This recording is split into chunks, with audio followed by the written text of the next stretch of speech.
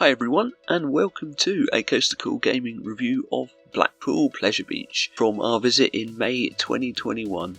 I'm going to talk about operations, COVID restrictions, the rides and the park in general in this review.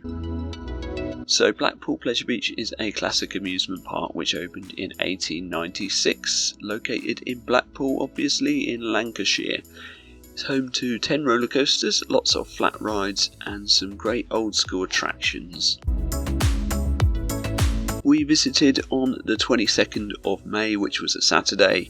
We'd planned to go on a Thursday when it would be quieter, but in traditional Blackpool style it was chucking it down with rain every other day of our visit except for the Saturday. This being the first sort of weekend that hotels and indoor dining had opened back up, the park was fairly busy. Luckily we were staying at the Boulevard Hotel, which was really nice, so it was handy being right next to the park and you even get a view of the roller coasters out of the window. Firstly then, I need to talk about the ticket situation. Now this is the main negative of this review. They've changed the system recently and it's an absolute nightmare, as you have to get tickets up on your phone through an email, scan them on the gates and then scan them for every ride that you want to go on. So if you're like me and your phone data isn't very good, then good luck using their Wi-Fi to try and load the tickets up. I eventually had to go to guest services and exchange it for a card ticket to use on the rides. A lot of guests seemed to be having the same problem, so it did hold up the queues a bit and stuff like that, and just made everyone confused. I think a normal ticket or wristband will work far better for a park like this, although I do understand some of the changes that they've made have been due to the pandemic.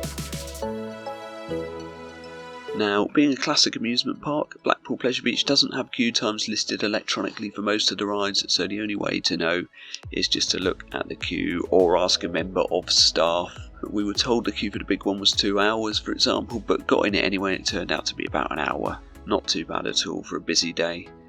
The operations on most of the rides were quite good. The trains seemed to be leaving quite promptly, especially on the big one and Icon.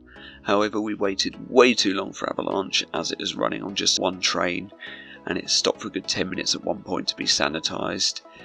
Staff were mostly friendly and helpful in the park and actually seemed quite enthusiastic about the park and the rides. However, there was a rather rude woman working at the guest services, which I don't really appreciate when I've just paid a bunch of money to enter a theme park, but I guess we all have bad days at work sometimes. So the guests at the Pleasure Beach do whatever the hell they want.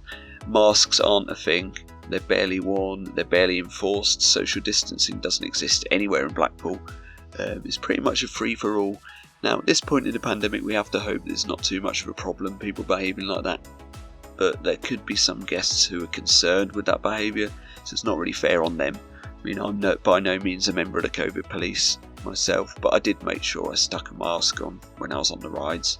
There's a real mismatch of coasters at Blackpool Pleasure Beach, all weaving in and out of themselves, and I think that's what makes the park so great. All of that different coloured coaster track and the interaction they have with each other, it's just got such a nostalgic feel to it.